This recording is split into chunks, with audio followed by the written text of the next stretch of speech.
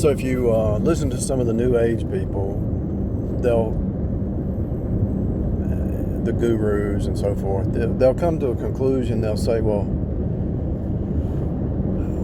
they'll use the word like manifest or whatever, that you manifest what you are, where you're at now is what you manifested. You can't blame anybody else because you manifested it. And I don't support the New Age or the gurus without them preaching Jesus. I don't really support them, but they do have some insight into, just like the Chinese with the yin and the yang, they have some insight because it's been around for a long time. There's some deep thinkers. The world can observe, the world can make observations and come up with some patterns and principles that happen. So I'll give you an example. So I was raised around chaos, and my whole desire when I was a kid, I was like, I want to get away from this and get into have peace, And that's where I ended up. That's pretty much that was my whole end game. Peace and truth. I wanted to know the truth because it was crazy around me. It didn't make sense. So I said, what is going on? This doesn't make sense. And then I wanted peace. And I knew in order to find the truth, somehow I knew it. I don't know how I knew it, but somehow I knew to find the truth, you needed peace. Because the noise and the chaos going on around me was just too much. And so I ended up getting what I wanted, And so for us to complain about something, it's usually because that's what we wanted, The peace and the quiet and the solitude is what I really wanted as a child.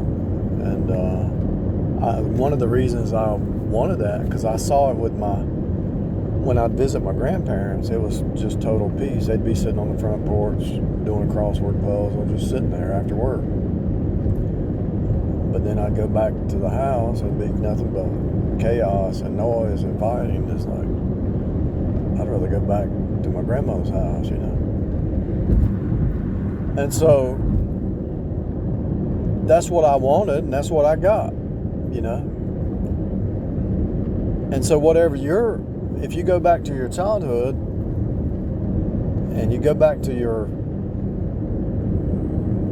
repressed memories or whatever you want to call it, you probably got what you wanted, You probably got what you wanted.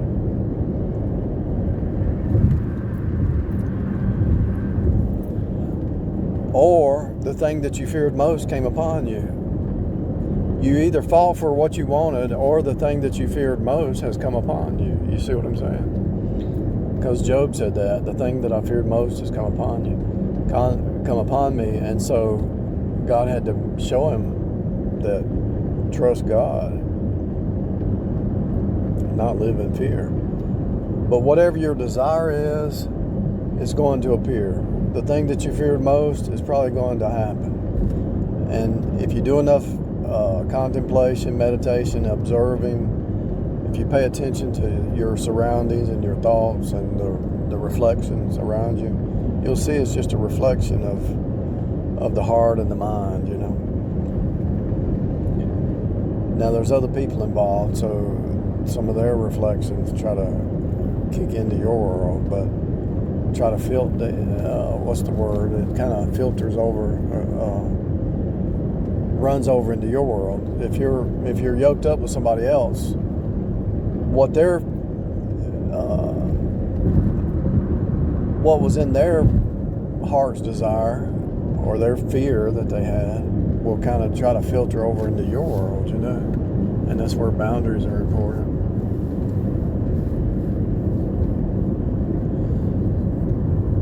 I think that's one reason why marriage is so hard, because people have they have strongholds and desires that they had when they were a little child that they even forgot about. The way they think their life should be,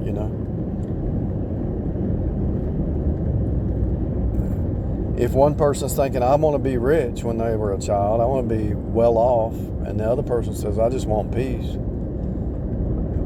how are those two going to get along? Because a lot of times, if you're just fighting and struggling to get rich. Where's the peace at that, you know? Yeah, there's sacrifice in this life. Don't get me wrong. Everything's a sacrifice. Speaking of that, I was thinking about something earlier today. So you've been bought with a price, right? So you've been bought with a price, and that is the overarching pattern of this whole reality, that everything requires sacrifice.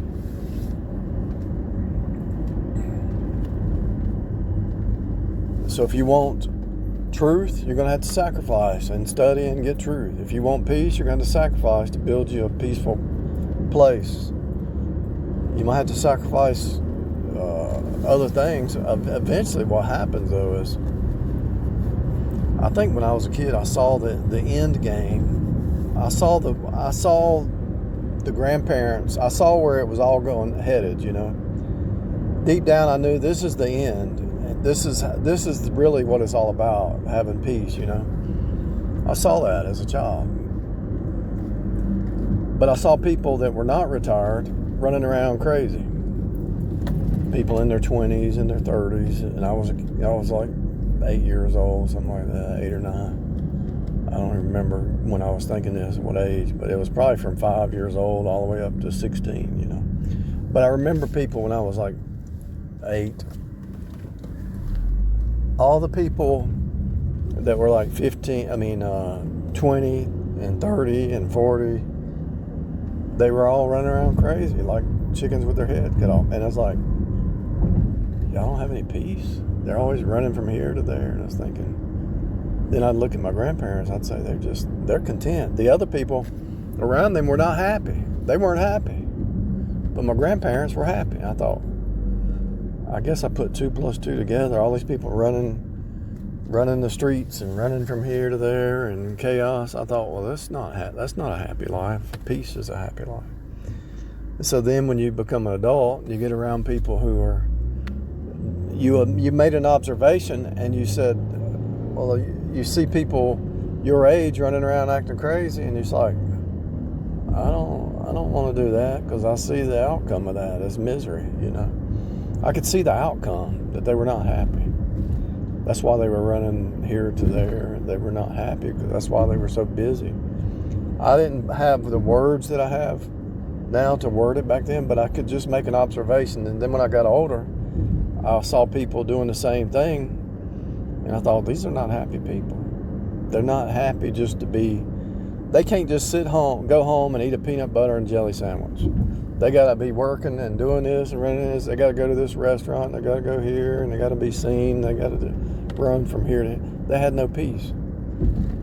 And I said to myself, I said, something ain't right. I'm not doing that. And so you get the desires of your heart, even if you forgot what they were.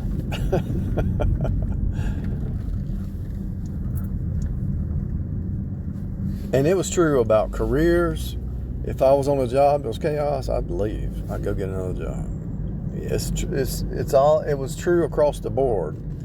The career, the education, the activities. You know, I would not go to a bar. I went a few times because my college roommates, but there was no peace at a bar. And so it's like all these people partying and all. I'm thinking, there's no peace in that. Why would you want to get all involved in all that junk? Because I know that the only reason they were partying because they didn't have any peace. I put all the puzzle pieces together early on. I couldn't word it, but I knew what it was, you know. So anyway, long story short, you reap what you sow. You get the desires of your heart. The gurus leave out Jesus, but there is a principle there that they do see, and there's some truth to it. God does have a calling in your life, though, and so there is a script for you already.